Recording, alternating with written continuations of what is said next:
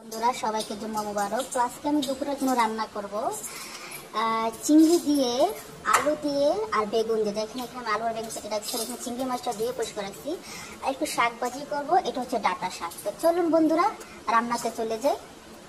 পাচ্ছেন আমি চিংড়ি মাছটা হালকা তেলের মাঝে একটু ভেজে নিচ্ছি হালকাভাবে।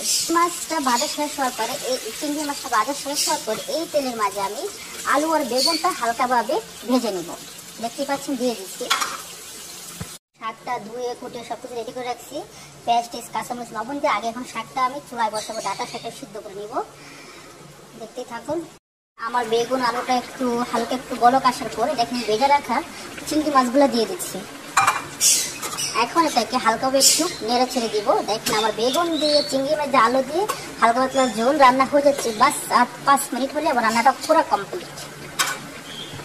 শাকের এক পাশে একটু সরষের তেল দিয়ে নিচ্ছি, কারণ এইখানে আমি এই যে রসুন কুচিগুলো দিয়ে দিব। এক পাশে শাক, এক পাশে রসুন কুচি, কারণ যেটাতে আমি শাক সিদ্ধ করছি এটাতে আমি রসুন কুচি দিয়ে নেড়ে ছেড়ে নিব। শাকটা আমার অলরেডি রান্না হয়ে গেছে, বাস এখন শুধু বাস একটু রসুন আর তেলের সাথে নাড়াচাড়া দিলে বাস হয়ে যাবে।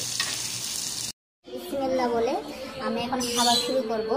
এখন সাদা ভাত, আর এই যে দেখেন আমার চিংড়ি মাছ দিয়ে আলু দিয়ে বেগুন দিয়ে পাতলা করে সে ঝোল রান্না করছিলাম। এই যে দেখ, বিসমিল্লাহ, দেখতে পাচ্ছেন কত সুন্দর আমি রান্না করছি। জানি না কিরকম হয়েছে, তবে আমি আমার মতো করে রান্না করছি। আর আমার চিংড়ি মাছ খুব ফেভারিট। আর সাথে সামনে এই যে দেখেন ডাঁটার শাক, আমি হালকাভাবে একটু ডাঁটার শাক ভাজি করতে। আর আমার শাক সবজি খেতে প্রচণ্ড ভালো লাগে। মাছ মাংস থেকে আমার শাক যে ধরনের শাক হোক আমার খেতে খুব ভালো লাগে। তো আজকের ভিডিওটা এই পর্যন্ত। কেমন হয়েছে ভিডিও কমেন্ট করে জানাবেন।